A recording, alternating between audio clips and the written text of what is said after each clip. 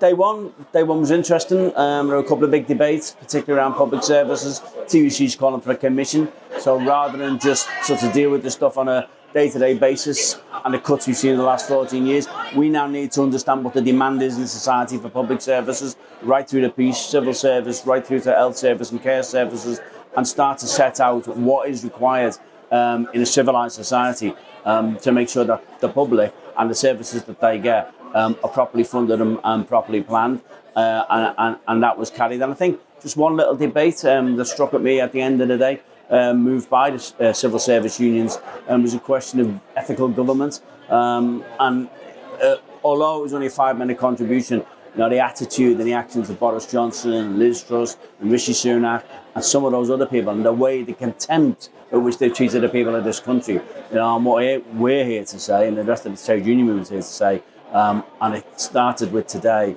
is that's got to stop. The people of this country have got to be treated with respect, and that comes from government down. There's a different mood around conference, and I think that, as you said, because of the backdrop of a newly elected Labour government. I think there's a bit more of an upbeat mood.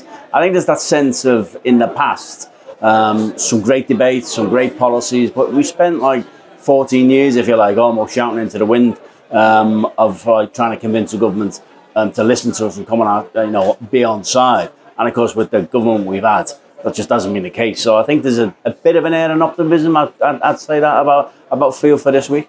I think we've got a really good delegation. As you say, we've got our own motions, which we'll be moving. I think General Secretary is moving a new deal for workers. Martin Walsh, DGSP, will be moving the one on Royal Mail. But we have indicated that we want to get to speak on a lot of debates. As we've seen in the past, that all depends on the time. You sometimes get speakers taken over their time limit, but we've got a very keen delegation wanting to get in and speak on a lot of stuff and make sure that the CWU and its voice is represented in the wider trade union movement. I think the first position that we have to adopt is to stay true to our principles. The demands we've been making for the past 14 years, they don't change. We want a better deal for workers. We want safer working conditions for workers. We want the end to 0 hours contracts. We want a better society to live in. And we've been arguing that for the last, we've been arguing that forever. We've been arguing that for the last 14 years with the Tory government. And I don't think we should be watering down our demands just because it's a Labour government and we're affiliated to the Labour Party. The difference is, I think, is as an affiliate, you get more of a chance to have that say directly to those people. Now, whether they listen, that's another matter, another question. We're only, a month or so into a new Labour government, nearly 2 months into a Labour government.